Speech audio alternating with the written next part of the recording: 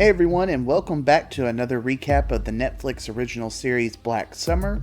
We're going to go over the third episode in the series called Summer School. Let's go ahead and dive right into it.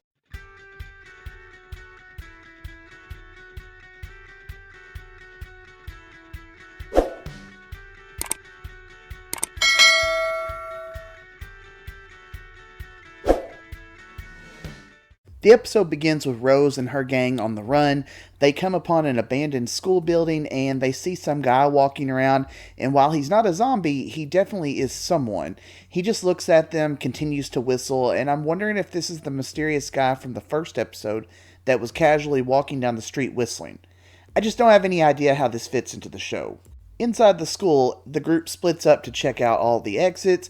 This is typical horror movie stuff, but really, who has ever thought it was a good idea to split up in situations like this? Spears and Lance grab some medical supplies from a first aid kit, and then they step out into the hall as Rose and Ryan come back.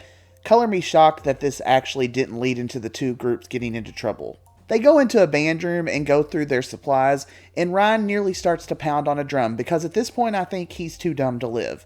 I mean, really, who does that? Lucky for him, Rose has a brain in her head and stops him before he beats the drum. The fact that she actually had to tell him it wasn't a good idea speaks volumes for Ryan's stupidity.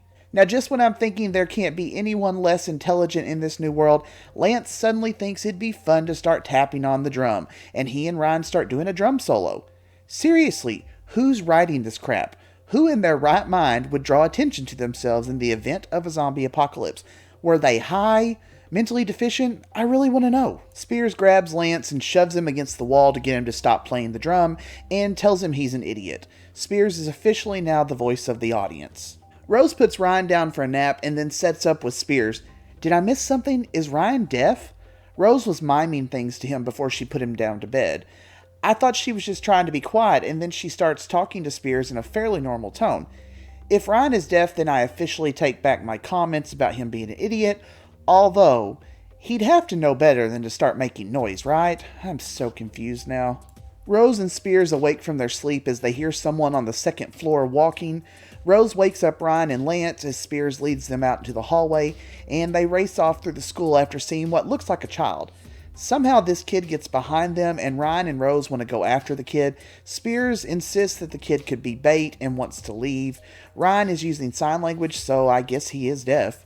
I'm still confused on how I missed this. I mean, honestly, I watched the first episode twice. They all split up once again. Ryan and Rose end up in a locker room and discover a shower full of dead bodies. Why they haven't turned zombie is a mystery to me. Rose gets separated from Ryan and starts running around calling for him. Hello, he's deaf. He can't hear you. Oh my god, these people would never survive on The Walking Dead. Rose doesn't find Ryan, but she does hear some creepy crying and wanders off into an art room. Spears and Lance return to the band room and they find that the supplies are gone. They go back out into the hall and try to exit the building. Spears is pressing on the door over and over, to which Lance literally asks, "Is it locked?" He's such a genius, y'all. How he got this far in the apocalypse is beyond me. They end up in the janitor's room to look for a key to the door, and then Lance, being the Einstein that he is, activates a tripwire and it locks Spears inside. Elsewhere in the school, Rose is still following the sounds of the child. She ends up in yet another locker room and thinks she's found the child, but it turns out to be someone talking over a speaker system. She tries to leave the locker room, but the door has been locked from the outside. The child is laughing creepily over the loudspeaker. Ryan runs into one of the creepy kids and then turns around to find some teenage boys holding a gun at him. They tape his hands and they put a shirt over his head so he cannot see where he's going, and then they lead him into a room filled with all these other kids. How did they end up there? Were they in school when the zombie apocalypse happened? Were the dead people in the showers their teachers? I have so many questions. Spears is walking through the halls and the creepy kid laughter is playing loudly over the speaker system. He ends up finding Rose in a locker room and he lets her out. They run back down the hallway in hopes of finding Ryan. No mention of finding Lance, and honestly, who could blame them at this point? Just let him go. They turn the corner and they run into the gang of kids. They show them that they've got Ryan and tell them that they'll trade him for the gun Spears has. Rose wants to make the trade, but Spears doesn't want to give up the gun, and honestly, I can't say I blame him, really. He finally gives Rose the gun, and she offers it up to the boys, and I'm completely taken out of this scene, though, by the way she's holding the gun above her head. I highly doubt the safety was on, and she's just aiming it right at her head. I mean, I can't even take her seriously at this point. They agree to the exchange, and one of the boys tells a kid holding a gun to shoot him if he moves. They take the shirt off Ryan's head so he can see, and he starts to walk towards Rose, who is yelling at him not to move. The little boy fires the gun, and it hits Ryan right in the back. Spears drags Rose away from Ryan just as he turns zombie. He starts running after them, and then they cut into a schoolroom, and they don't even bother to close the door behind them. Ryan follows them into the room as they rush through a side door, again, not even managing to close it.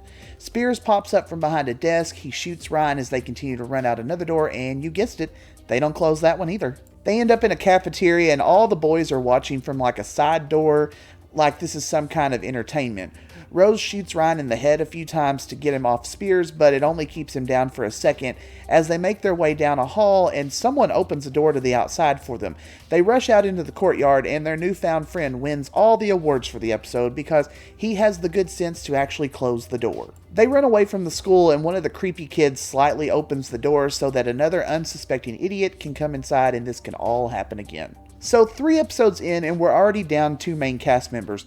Possibly 3 depending on what happens to Lance, although really no big loss there in my opinion. This show does definitely not hold back when it comes to offing people. I'm still liking the series, although this episode really tested my patience when it came to stupidity.